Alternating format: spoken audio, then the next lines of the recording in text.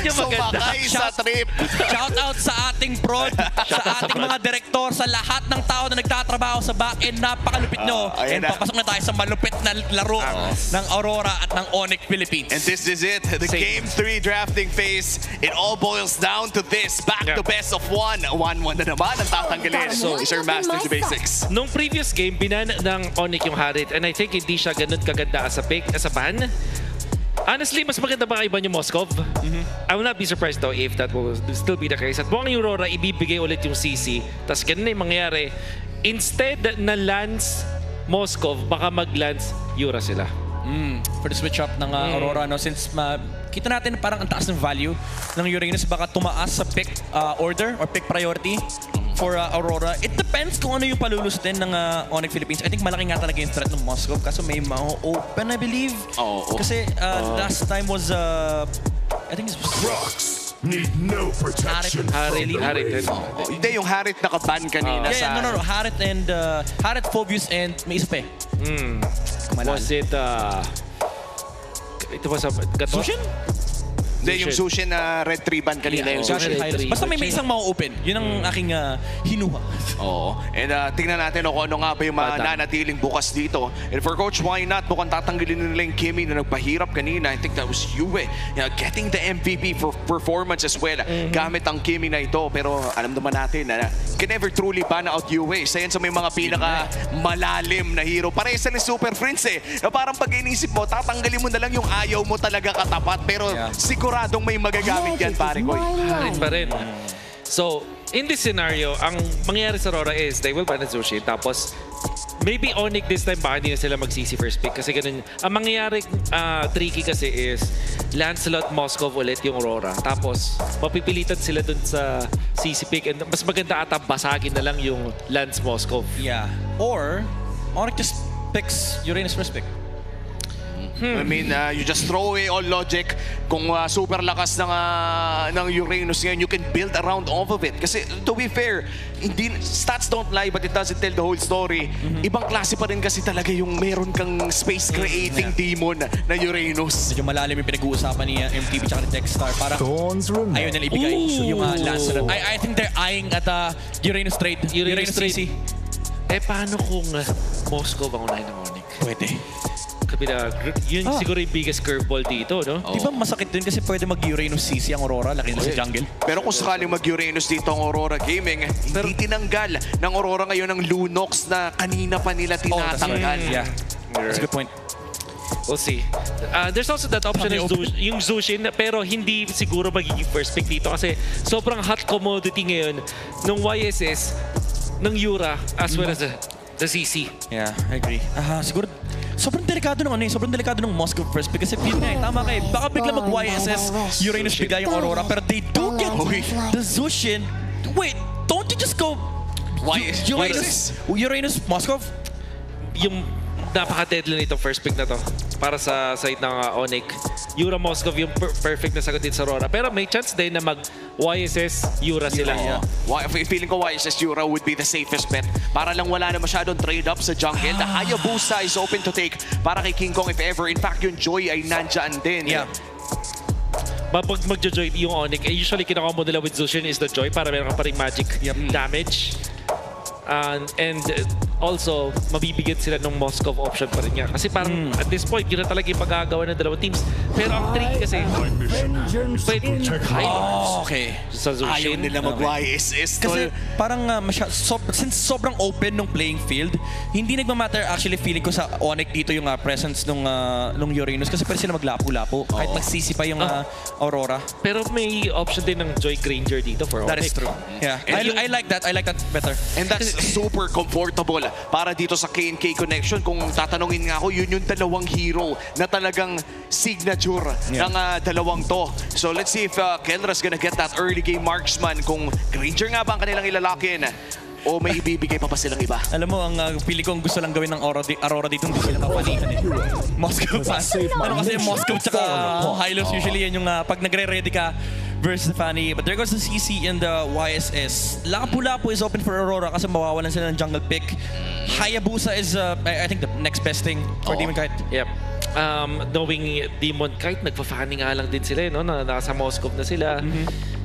And to be fair, itong mga heroes ng Onyx, parang kaya naman nilang i-funny. Funny Grak did sa Gandhi combo. Ilabas nila yung inner RSG. Oo, parang may nararamdaman ko na yun. Sa totoo lang, Onyx Philippines, after yung game na nag-gold lane na si Kelra with the CC, now medyo pumasok na sa isip ng Aurora Gaming na hindi pa to sure na flex pick pa rin ang CC na ito. Yeah. Among the planes exists the equilibrium, which I was Yung made pa na nag-iba na yung priority. Yue ang kanila pa-prioritize kasi with the Kimi being banned, ang taas ng chance na pag pinili nga naman nila yung Fanny, sila yung may ipit. And it seems like baka nga yung Onyx ay baka hindi pa mag-ban ng Fanny. Call me crazy, pero may mundo na pwede mag-Akai Mathilda yung Aurora. It's all in sa Moscow. And siguro naman, no, if I'm being honest, si Doming Kite ay kaya naman talagang bumuhat ng madami niyan given na makakuha siya ng magandang laning phase. And let's see kung ano bang matatanggalin dito ng Aurora Gaming. Naghahanap pa rin ng potential gold lane and roamer. Pero yun na nga, tatanggalin pa rin nila yung Lunox now. That puts more value doon sa potential Uranus 4, Red 4 na pwedeng ilabas ng Aurora dito. Baka nga doon sila papunta no? Uranus Jungle. Yeah. How about yung... kasi kailangan nila na pampatay dun sa Zushin eventually. Yeah, I agree. So, in this scenario, meron naman silang Eve. Of course, that already works. We know that it works. Merong option nga naman nung another assassin which is na Hayabusa. Pero parang hindi ganun kaganda yung combination with the heroes that Aurora has. So, we'll see if that will be the case. So, in the world na biglang mag-Akai dito ang Aurora, that could work. I mean, kung may lalabas na Nolan muli, katulad kanina, parang pang-force out din lang ng Crimson Beacon. I think it's definitely possible na kumuha ng unorthodox jungle dito si Demon Kite. And also, pwede kang pwede kang kumuha ng Pakito, XP, para kay Edward, yung classic Indo answer versus the CC. Yeah. Isa din naman kasi yun, no, pag nag-double power punch ka, yung double first skill, left hook, magkakaroon ka na ng sapat na shield, pero mukhang tatanggalin na nga nila yung Grok option dito for the side of Onyx Philippines. And this is very surprising for me dahil iniisip ko nga, parang the moment na natanggal na yung Fanny, parang bumaba na rin yung value ng Grok na ito. So, what's left? Joy? Naiwan? Joy, Pakito, Nolan, Roger? Suyo? No, just kidding. May Zushin. May Zushin. Uy, namimiss ko na si Suyo. Parang nakalimutan na nung... Wait, Lucas is okay here. Lucas Matilda? Kaso parang sasayawan yung yung Lucas kapag ang tagal na kasi ng cooldown ng ulti. Yeah, but you pair that with Matilda. Meron ka namang Eve. Okay. Yung pag maganda sa isang Matilda is it will turn yung semi-utility jungler mo na may pang-jump na siya dun sa Zushin. Siyempre, talon nyo din dun sa isang Yuzhong. Sorry, sa Yusin Shin. Nag-Benedetta, no? Actually, ang daming open eh. maganda nga yung Benedetta. Pero parang skill check na rin lang yun. Benedetta is one of those heroes na kung hindi ka praktisado, hindi na magagamit pa. Pero mukhang lapu-lapo magiging lock-in dito ng Aurora Gaming. Attempt ng Aurora mag-Esmeralda ang Onyx. Pero I doubt that will happen. Wala na Wala nang slot para sa Esmeralda, pare. Gold Esme na lang. Pero parang after that game coming in from Kelra, gugustuhin mong marksman yung laruin ni Kelra. Ito na ba ang panahon para ilabas ang Changi ng Onyx? Actually gusto ko yan laban sa Moscow. That's a good matchup. Para kay Kelra. I think what I would really suggest here para sa Onyx is either Carry or Bruno. Bruno, yeah. Maganda din yung mixture. Tapos, kumuha na lang din sila ng magandang frontliner for... And the Kalea. Actually... At it's surprising na bumalik sa kanila yung Granger na kanina din sinasabi natin. Which, para sa Onyx, okay, umabot. Parang nag-circle back din lang, Circle back And sa totoo lang, itong Granger na to ay nagbibigay talaga ng at least additional taste pogi points para dito kay King Kong. Hindi na nila kailangan mag-taste ng sobra. Saktong taste pogi na lang dahil maaga naman ang power spike ng Granger. Ano kaya to? Demon kay Hero. Parat Fred. Just kidding. Sabay nag-Fred rin, no? Wala lang. Against sa Zushin. Parang gusto ko na ibalik yung Lucas dahil sa ECC immunity. Lucas! O gusto mo, Lapu Jungle. But actually, Joy? Joy is okay. But yung problema niya na siguro is yung Kalea. Pero okay lang kasi pag magaling ang Joy player, ay madali lang makawala. Doon sa title strike. Yep. Kumbaga parang ito na yung pinaka-last option mo after the Hayabusa ban. And medyo persado ang Joy na ito. But I'd like to believe na in terms of mid-game power spike ay napaka-respectable talaga nung damage na meron dito ang Aurora Gaming. Katulad na lamang ng mga composition sila mula games 1 to 2, lamang dapat sila ng early to mid-game. Yeah. By the way, ito rin sa 2 weeks ng Season 16, ito na siguro yung pinaka left and right draft na nakita natin kung saan hinugot yung mga heroes na magkabilang side. But this is the last game between Aurora and Onyx BH. Kita naman natin sa counter index, lamang ng konti ang Onyx Philippines. At i-attribute ko yung lamang na yun sa early game. Tingin ko yung first 8 minutes of the game ay napaka-komportable dito yung Onyx. Joy, hindi ganun ka-safe yung kanyang access dun sa Zushin. At pwede din puruhan yung XP lane dito ng side ng Aurora. But come the late game, dyan na sila Arriba. Ito yung Moskov and Joy na pwede talaga mag-control ng mapa. Yeah. And we all know this too well, especially for Onyx Philippines. Even on Season 14, sila din yung isa sa mga talamak gumamit ng Joy-Moskov combination. Alam nila yung tendencies niyan sa late game, but early game, for sure, kayang-kaya nilang hanapan ng butas yan. And this is a very important game para dito sa Aurora Gaming. Kahapon na patumbalan nila ang MSC defending champions. At ngayon, they are poising to take the M-Series defending champions. Pero mukhang nakakalabang ang Onyx Philippines dito sa kanilang trade-up in the mid lane. But this is a very comfortable hero para kay Kelra. Sobrang komportable. Ang gandaan dito is hindi naman talaga ganun kadali talunin itong Granger na to dun sa may gold lane at yung gold crab control pa nandun. At the same time, ang bilis i-activate para sa Onyx. Kung sakali mamaya na makahanap ng magandang opening Onyx dito with the rotations and eventually the first and second turtle, pwede nilang tawagin agad si Kedra para puruhan yung Aurora sa mapa. Not just that, yung early rotations na pwedeng lumabas mula kay King Kong. So for Aurora, kailangan nilang protektahan yung kanilang middle lane. Most especially, ito yung importanteng skill na kailangan nila aside from Edward, yung real-world manipulation for the first turtle fight. And yung real-world manipulation na yun, no, muntikan na natin makita sa ating second series of the day na ginamit din ito ni Haji. Pero agad itong na-counter ng mga kalaban nila. And for Aurora Gaming ngayon, na sila naman ang gagamit ng E5, feel like lesson na yun eh. Kailangan nyo nang alagaan yung pwesto ni Yue sa first turtle nyo pa lamang.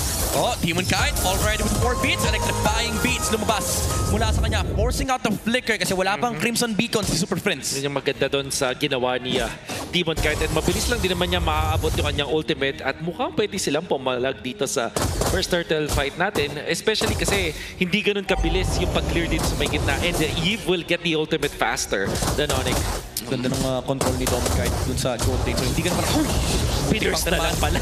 Pero yun na nga na first ng Aurora. Pero that is steal from Demon Kite. Actually, that was good. Turtle control mula sa Aurora and Brusco. Tuto mo pa ata. Tinamaan pa ni Edward dito with the lapu-lapu revitalize para kay Light. Ito na yung kabayo ng Aurora. Pero niyoyoyo siya ni Kirk. May damage mula kay King Kong. Nasa yung Traceless. Hindi aabot. Manakatampot pa. Glorious Pathway palabas. Saktong level 4, makakapag-glorious pathway pa. Libreng turn, actually, turtle plus the first blood. Panalo na naman sa early team fight ng Aurora. In under 1 minute, Aurora made several good plays na talagang napuruan yung Onyx doon. Una, yung poke coming out from Demon Kite forcing yung flicker doon kay Zushin. Tapos, dahil nakakuha sila ng poke na yun, nauna si Yue makakuha ng level 4. Nung nagkaroon ng teamfight yung Onyx, mas maganda na naman talaga yung decision na i-burst yung turtle. Kaya nga lang nanakawan sila dito ni Demon Kite. At pagkakuha niya nung XP na yun, meron silang shields. They gave yung opening kay Edward with the flicker na nakuha yung kill kay Brusco. It was a disaster for Onyx. And ngayon, napakahirap ng bumangon for the season shade. And to be fair, no, yung mga early game team fights pala ng isang lapu-lapu, pero teka lang, si Light mukhang dadambuhin na at mukhang mabibigyan pa. Babagsak ng ganun lang at si King Kong ay makakatakas pa. Electrifying Beast, Demon Kite nandun sa ilalim. Makakatakas pa ka pa hindi na. 2-for-1 trade at may laban pa nga sa baba. Gonna be really good para sa Onyx for the trade-off. Perfect sana kung si King Kong yung naunang makakuha ng kill kay Demon Kite, but Demon Kite actually got the XP. So, even after that dive, tingin ko yung Aurora masaya dun sa trade na yun. Kahit lugi sila, technically speaking, lugi sila sa gold.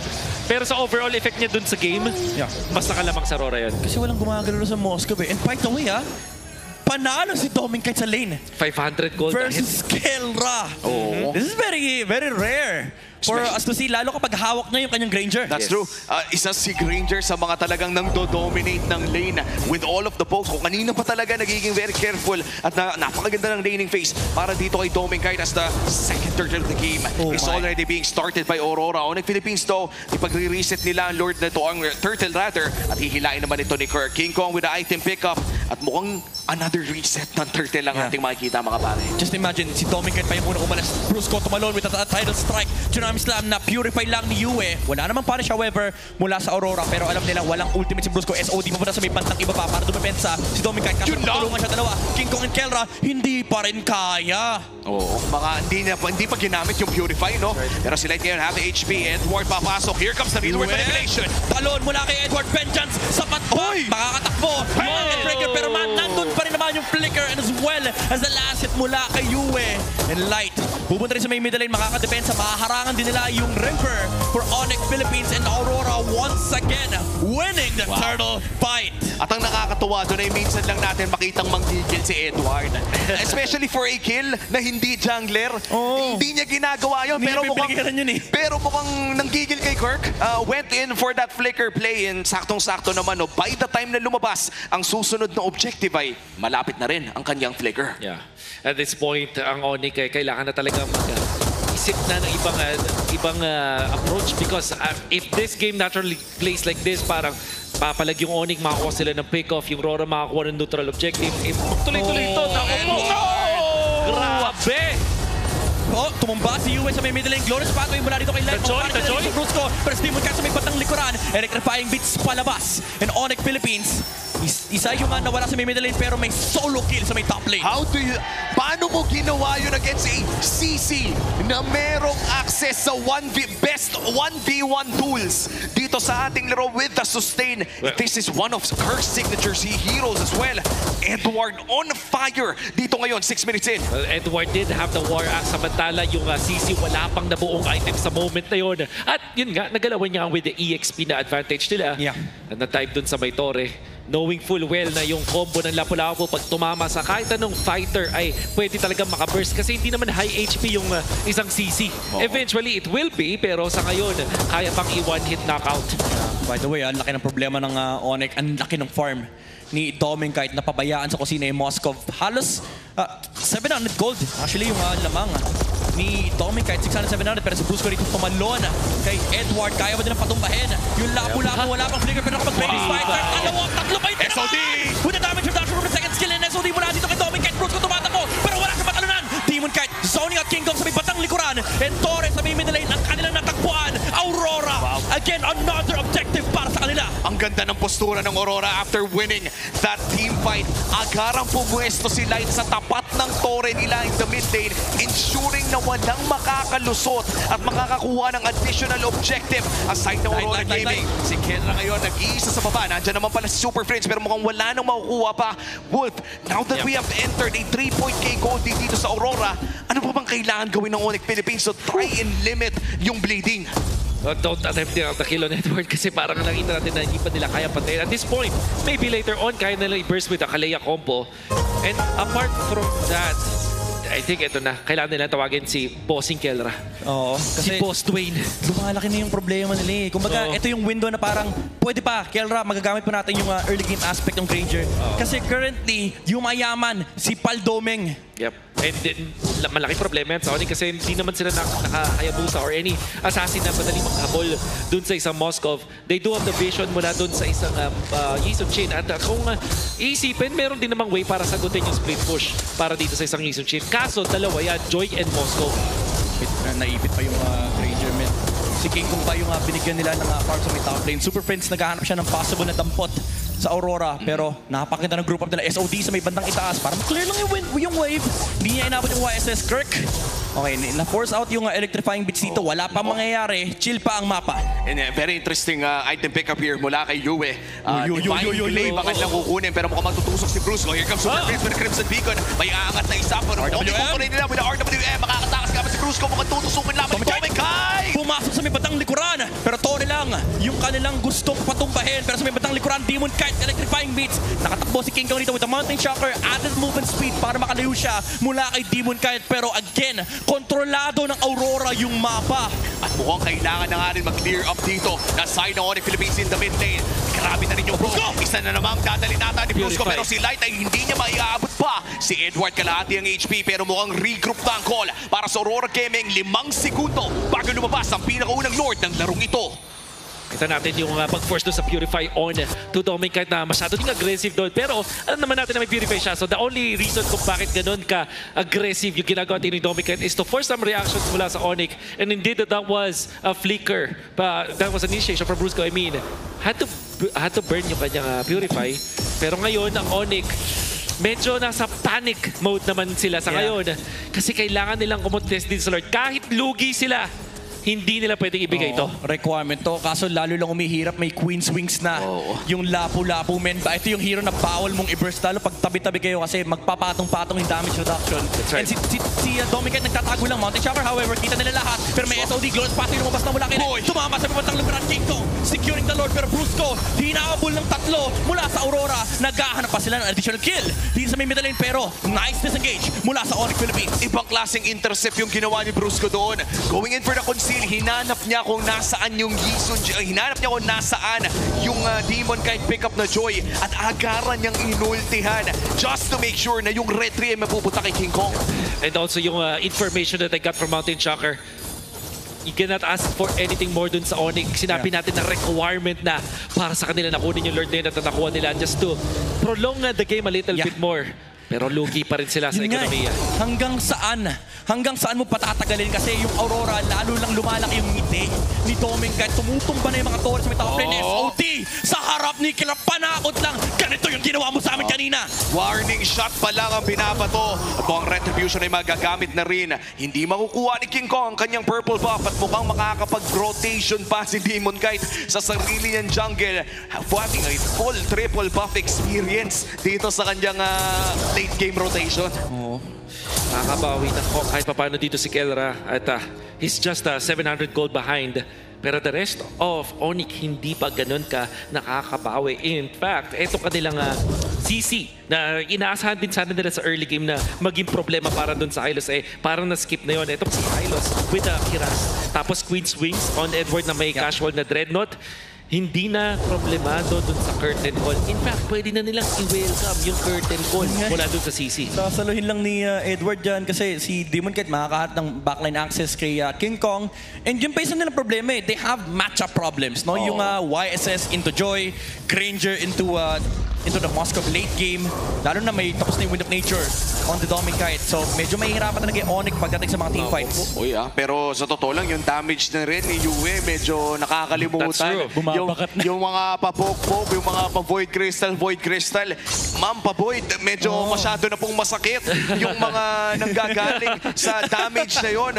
Aurora Gaming, ito hindi kasi napapansin, pare. Yun yung nakakainis eh. Lahat tayo mapapatingin kay Demon Kite, kay Dominic Kite, pero sa totoo lang si Yue, ang dami na rin niyang nalalapag na damage. Fleeting time kay Brusco at this stage of the game.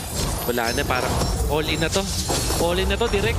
Dampot. Ilaban na natin, direct yan ang nagiging decision dito para sa Onyx. Kailangan nila ng black magic na at this point. Grabe. Ibang klaseng mahika na talaga ang kailangan nila. And looking at our Infinix in-game equipment, I think patungo na ng either Blood Wings ang Eve na ito o kaya patungo sa Holy Crystal. Di natin sure. Pwedeng either way kung bigla niyang maisip na mag-goal. And then nag-Blood Wings ang idol natin. Ang idea dito ng mga supporting crew ng Aurora, di natin kailangan ng damage. Huwag tayo maging greedy. Pag mas matagal tayong inahampas na Onyx at mas matagal tayong survive sa teamfights, mas mataas yung impact natin with the slows, with the burst damage. And yun yung napansin natin kay Edward picking up the Dreadnought armor din. Ito na. One of the more important lords na pwede natin makita. Ang Berserker, ang sakit, pare! Ito yung Void Crystal, tinaas sa Spear of Mystery, passive lang. Spear of Quiescence mula rito kay Dominic Kite. Tinaan lang sa konting sibat. And just like that, Lord secured para dito sa Aurora Gaming. Isang misstep lamang ni Kirk ay biglang sinugod na ng buong Aurora Aray Gaming. ko, man. At may Torre pa atang kukunin dito sa mid lane. Nag-iinit na ang Aurora after the comeback victory of Onyx Philippines in Game 1. Sa Game 2, sila ay nagdomina. Game 3 ngayon, nagpapakita na naman. Tommy Kite! Ika sa win of nature. Big Spin of Victory! RWM para masara dito yung tatakbuhan ng Onyx. Nakalabas sa Super Prince. However, with the flicker, Kanon, yung naiwan dito for Aurora. Pero may Lord pa doon sa top lane. Walang flicker si Super Prince at pati na rin si Kelra. At wala ring Wind of Nature. Nagamit nga rin yung mga nanggagaling sa passive dito ni Dominic kahit napilitang mag-Wind of Nature dito si Kendra. Ibabato na nga rin ang No Mountain Mountain Shocker Shocker. dito. Ang dami ng nababato ng Onyx Philippines at hindi pa nga bumadamba ang Lord dito sa top lane. Here comes the Glorious Pathway. Papasok ang Aurora, nararamdaman na nila. Edwards may bantang unahan with the flicker pero natampot siya ni Super Prince. Pinagbabalik siya ng bala ni Kelra. Pero yung sipat ni Dominic, kailangan na namang ingat. Nakaka-defense pa sila. Sa SOD mula kay Dominic. Papasok ba? Hindi. Kumakalma ang Aurora. Disiplinang matindi. Onyx Philippines, they will defend. Nakadepensa pa naman ang Onyx Philippines pero dalawang inhibitor turret na nawala sa kanila. Medyo swerte pa to, Wolf. Yes. Malapit doon sa Lord yung dalawang lanes na wala sa kanila. Yun na konti na lang na opening yung light at the end of the tunnel for Onyx. Pero hindi katulad ng game number 1 kung saan yung late game ng Onyx ay mas maganda kumpara sa Aurora. Hindi magiging scaling ang Granger plus Season Shin kumpara sa Joy Moscow. So, the longer this game goes, the better it is for Aurora. Kailangan na lang nilang maging mas disiplinado. You just have to make a better plan on initiate against Onyx. Nasa kanila na ang lamang at nasa kanila pa ang advantage sa late game. And not just that, no? Parang for Aurora Gaming, they could play safe. Pwede na sila mag-play safe. Pwede na lang nilang antayin yung natural progression ng mga bagay-bagay. Meanwhile, for Onyx Philippines, they have to take multiple risks. Yeah. Take note ang taas ng chasing power ng Aurora with the Glorious Pathway, yung apat na touch ni Demon Kite. They also have the macro advantage ng slow push. So, hindi lang kapugian yung kailangan dito ng Onyx. Kailangan nila ng milagro, kailangan nila mala-impactong play mula kay Brusco. Let's see kung lalabas nga ba yun. Purple buff ngayon, kinokontest ng side ng Aurora. Dominic Kite. At mukhang makukuha pa ito ni Dominic Kite. Kompleto ang side ng Aurora Gaming. Sama-sama jutsu dito sa may bandang mid lane. Meanwhile, for the side of Onyx Philippines, mukhang dadaan nila sa macro mga pare. Magpapakita sa may bandang ibaba. Nakakatakot kasi men, bawal lumabot yung ulo mo. Kasi Oo. pag di nila kita yung Joy, alam mo pwede kang huntingin ni Demon Kite. And ito na, nagsimula na yung slow push. Nauna yung Aurora sa ibaba. So walang magagawa yung Onyx kundi subukang kontrolin yung mid. Kaso ang problema, hindi rin nila makita nasan si Yue, nasan si Edward, and most especially nasaan si Demon Kite. At ito rin kasi yung specialty ng ating mga top tier teams dito sa MPL Philippines. Kapag nandito na sa mga advantage points na kailangan na lang nilang hintayin yung mga mangyayari, ay nilalaro rin nila ang vision. In fact, mukhang hold lamang nila yung Lord na ito. Half HP already. Ang tanong, mag-all-in nga pa sila dito. Demon Kite, binaburst down yung Lord, 4k HP, makukuha nila with electrifying bits. Tommy Kite naman sa may batang likuran. Brusco, na-force and purify, pero lumalag pa si Tommy Kite, tumong para sa Kinto. NWM with a glorious pathway mula sa Aurora. Inuubos nila, isa. Brusco nakatakbo pa with the dash, pero Demon Kite sa may batang likuran. Shutting down Kelra. 3 heroes down on the side of Onyx, and Tommy Kite nasa harap na ng base ng Onyx Philippines. Tower lock na ang hinahanap nila. Tumalon pa si Brusco sa may batang likuran, pero siya ay tutumba. Then in front of greatness, they find the weakness as they break the streak of Onyx Philippines and seize the win. Back-to-back wins for Aurora Gaming. Kahapon ay pinatumba nila ang MSC defending champions. Ngayon naman ay papatumbahin nila ang defending M-Series champions. Nag-iingay ang mga Auroras dito sa MPL Arena. 3 games na lamang sa early game. Ang side ng Aurora, first game, medyo nagkaroon ng stumble, but games 2 and 3 with perfect drafting mula sa side ng Aurora, ipinanalo nila mula sa una hanggang sa dulo. Sunod pa rin kay MTB, kay Techstar, ang rivalry ng franchise ng Aurora at ng Onyx. Sila pa rin ang nagogi sa dulo. Props to Onyx Philippines. Napakaganda ng kanilang pinakita. Pero it was Aurora that showed up in the early game and closed out the series. Ibang klase talaga ang ating MPL Season 16 sa ngayon. Palapakan pa rin natin ang defending M-Series champions natin na Onyx Philippines. Patuloy pa rin ang kanilang kampanya dito sa loob ng ating regular season. But of course, our victors for tonight, Aurora Gaming. Naging maganda ang kanilang mga pinakita. And to be fair, itong week na to pinakamahirap na week para sa kanila. Ang dalawang teams na tinapat sa week 2 ng Aurora Gaming ay Team Liquid Philippines at pati na rin Onyx Philippines. Pero nagawan nila ng paraan. Parehas umabot ng game number 3 at parehas nilang pinabagsak. Iba na talaga yung week 1 at week 2 eh. Sa week 2, nagising na talaga sila. Well, tingnan natin kung may igigising pa. But this is a beautiful week to be an Aurora Gaming fan. Napakaganda ng kanilang pinakita. And surely, ang mga Aurora fans nationwide ay nagtitiwang sa naging magandang week 2 na ito. Hindi ko nasasabihin na nakita ko ng lahat kasi sunod-sunod yung pagkakita natin sa mga bagay na hindi pa natin nakikita. And iba talaga ang MPL Philippines, men. Pinapamalas ang mga malulupet na MLBB game sa atin. Kahit sino ata ay kaya ng mag-champion dito sa ating liga. Pero sa ngayon, ay makakausapin na muna natin ang Aurora Gaming kasama ang ating mga hosts, Hans and Odin. Roras, I want to hear you. Lights within. 2 in a row for your winners, Aurora Gaming. 2 in a row, and I have to say, Odin, what a match. They got that third game quick. What a week 2 for Aurora Gaming. Talaga namang grabe din ang mga fans nyo ngayon. And meron silang bagong chant. Naririnig natin ngayon. And right now, gusto ko makausap ang ating mga coaches. Coach MTB, I wanna ask you now. Kasi nakita natin yung success ng Aurora Turkey with your guidance ng mga coaches ng Aurora Gaming. And you guys defeated Onyx Philippines nung nakatapat nyo sila doon. Right now, ano po yung mga nadala nyo from that experience now that you also faced Onyx Philippines? Siguro marami rin kasi kaming natutunan talaga sa Turkey. Kasi hindi lang naman kami ni Dex yung yung nag-guide sa kanila. Meron din kasing ginagawa yung Turkey na in-apply din namin. So isa yun sa siguro nakatulong lalo. Kaya natalo namin sila sa sa EWC, then nagawa rin namin dito. Na-apply din namin. And apart from that, naka-contribute ba yon para mas makilala nyo yung galaw ng Onyx Philippines facing them now? I think kaya mukhang magkakilala talaga yung yung nangyayari sa amin pag magkalaban kami, kasi since I think nabuo yung Aurora, sila talaga yung pinakamaraming beses na naming nakalaban. Kaya tingin ko dikit talaga, walang magiging lamang talaga, laging dikit yung magiging laban yun. Yeah, I mean, there's always some sort of familiarity na kilala na nila isa't isa. Coach MTB, Coach Dex. Coach Dex, I want to ask you this question this time. Okay, Coach Dex, hello.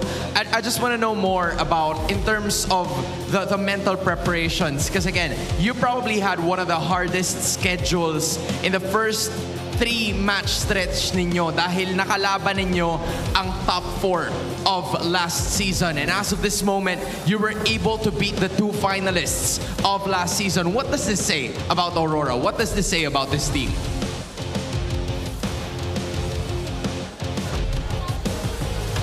Most likely, just being able to defeat those 2. Maganda siyang momentum sa amin, syempre. Sa una, mahirap talaga kasi top 4 agad yung kalaban namin na sa schedule namin eh. Pero ayun, at least nagawa namin paraan. Kasi little by little, yung team muna namin, yung tinitingnan namin, hindi makakalaban namin. Maganda na ang nasimula ng Aurora Gaming. Medyo nakakahinga ng maluwag pag nakakaharap kasi yung mga malalaking teams din natin from last season. And now, yung nasa poll natin kanina. Ano nga ba ang itatawag namin sa iyo, Doming Kite? Ikaw yung nasa poll namin kanina. Alam mo ba yung mga choices? Wala. Ay, parang may gusto na silang itawag sa'yo. Anong desisyon? Doming expansion. Ano daw? Ano daw? Doming So may expansion. doming expansion. Ay, ganon. Kino-consider nila doming expansion. Ano ang boto ng fans? Ano ang boto? Naku, medyo Doming mahihirapan Sir! tayo dyan, ha? Oo, with feelings Medyo pa. mahihirapan tayo dyan. But, you know... Ayaw. Oo, sige. Sige, Wag daw. pag-uusapan naman yan. Pero Domeng, I wanna know more about this one. Because obviously, you wanna carve a name for yourself. Gusto mo na mabigyan yung sarili mo ng, you know, your very own path na nakita naman namin na nagsashine ka ngayon. What should we expect from you para sa Season 16? Week 2 pa lang naman to, so parang ginagalingan ko lang kung ano yung laro ko last season. Parang mas in-improve ko in-improve siya ngayon. And mas disiplinado siguro ako ngayon. You love it. Aabangan natin yan, Hans, kung ano nga bang pwede nating itawag kay Domeng Kine. But before we head on back to the casters, gusto ko munang batiin yung naka 500 games Oh, yeah. na sa MPL Philippines. Edward, ikaw yon. Edward, 500 Congratulations! 500 games. Ang tagal mo na sa liga. Ang tagal ka na naming nakasama. And I wanna know, ano ba yung pinaka-paborito mong era dito sa MPL Philippines? Tingin ko yung yung Season 8. Season 8. Ano ba yun yung era ng Season 7, Season 8, Season 9? Back to back, most likely. The Crown era ba yun? Yun yung back to back. Yung The Crown era. Yung nakalagay sa kahapon, yung may poll na. I like it. I like it. You know, nakikita niya. And as of this moment, I'm sure na maraming sumuporta sa inyo right from start to finish in this match. Edward, anong masasabi mo sa kanilang lahat at sa lahat ng mga nanonood sa bahay nila? Si Uwe pa rin. Ayun, maraming salamat sa sumusuporta sa amin. And ayun, keep on supporting us and see you next week. Like it. Tsaka Yue, saan pa ba makikita ang ibang mga events ng Aurora? Watch party? Jersey. Jersey. 5, 4, 3, 2. Nood kayo sa watch party ng Aurora. Makita nyo yung details na sa page din. Pati sa BY's watch party. Yan! There we finally have it, an ecstatic win for your winners, Aurora Gaming!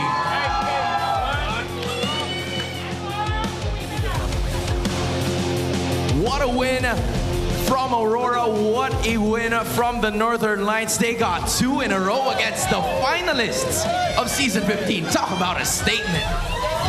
That's right, and we were so thrilled to watch the games today with Aurora Gaming. Now, we will toss it back to our casters. Maraming salamat, Hans, Odin, pati na rin sa Aurora Gaming.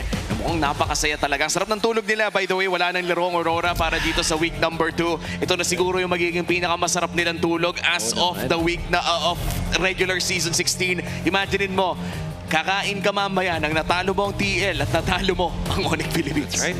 Yung last week na parang heartbreak para sa fans ng Aurora ay buradong-burado na. Parang iba yung ngiti at ito, syempre, Mr. 500 games.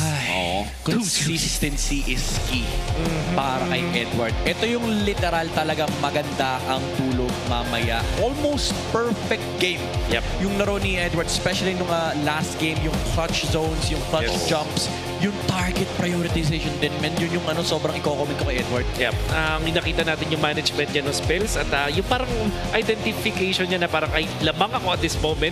Ito, dito ako mag-move. I think walang wrong moves na ginawa in this game number 3 po specifically. And we're gonna see through the highlights kung paano nga ba nangyari yun. Etong disaster talaga yung Turtle 1 para sa Onyx. And even when we know na mayroong potential ng comeback yung Onyx, ito yung mga klase ng draft na parang hindi nag-a-allow for that kind of stuff. Itong decision na kumuha sila ng isang Yisun Chin is sobrang importante sa kanila yung first turtle fight. And to be fair, no, yung mga nakita natin na laruan dito ng Aurora Gaming, nakakatuwa ding i-point out na sobrang sarap ng naging composition ng Aurora Gaming for Domeng Kite, or for Demon Kite rather, na parang kailangan na lang niya maglinis, pare. Kailangan na lang dumating ng Joy para patayin yung mga sinubukang tumakas mula sa initial engages na mayroon ang Aurora.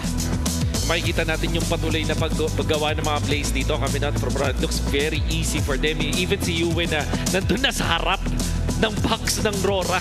parang yung Onyx hindi talaga sila makapwesto and there was really no opening afterwards. Siguro nakakita sila ng mga miracle na talunan na pick-offs. But it will never be enough, especially because yung decision ng Onyx na ito yung ibigay na hero sa Aurora, prioritizing itong Zushin na hindi nagbigay sa kanila ng advantage in this game. Yeah. Sadly, parang even though nandoon yung idea, Aurora drafted very differently. And yung naging approach ng Onyx was just to swerve to something na very familiar and comfortable. Yeah. They got themselves the Kalea, they got themselves the Granger. Wala yung Hayabusa and Fanny in this game. Unfortunately, yun nga lang. Yung sinasabi natin kanina pa na good drafting prowess mula sa Aurora na they keep finding this unorthodox heroes. Even though yung Joy ay medyo given na, yung Eve Hylos combo din ay nagbigay ng talagang sakit sa ulo sa Onyx. Kasi even if sabihin natin si King Kong hindi masyado nagpa-participate sa early fights, he can't. Kasi Hylos tsaka Eve yung kalaban niya tapos may tatalon pang lapu-lapu. And that's entirely why medyo nag-struggle ang mga frontliners dito ng side ng Onyx Philippines. 0-4-0 for Kirk and 2-5 para dito kay Brusco. The moment na pumasok ka kasi parang no way out na eh. Kumbaga, the moment that you are overextended against the lineup of Aurora Gaming, ay talagang may sasaluhin kang damage na napakalaki. And look at the damage dealt coming in from Yue. 80,000 on this Eve. And by the way, hindi damage ang nabuff dito kay Eve. Ang nabuff kay Eve yung mobility, pati na rin yung defensive stats niya. May konting flat numbers, pero that's flat numbers. Flat numbers? Diba? Kumbaga, constant lang yung damage out ni Yue. Yan yung literal may domain expansion eh. Yeah. And speaking of domain expansion, nakita natin dito si Domikite, 64k damage, and sino bang rich guy? Siya nga rin, 791. At yung just writing off of yung game na number 2, na pinakita na sa atin kung gaano kalakas yung isang Moskov when drafted properly, at nakita natin in 3 games the Moskov won. Yeah. Ganon ka-importante, ganon kataas yung focus dun sa hero na yun. And I gotta have to give props dun sa drafting ng Rora. Tingin ko na set-upan nila etong Rora ng magandang drafting, magandang composition for Domikite to be successful in games 2 and 3. And the Harith, the Moskov, kung ano mang mga i-pick nila at ibigay nila kay Domikite sa buong 3 games sa series na to, honestly, ay naging komportable ang laning phase dito ni Domikite. And if I'm being honest, it was a surprise for all of us during the early game laning phase na kahit Granger yung katapat niya.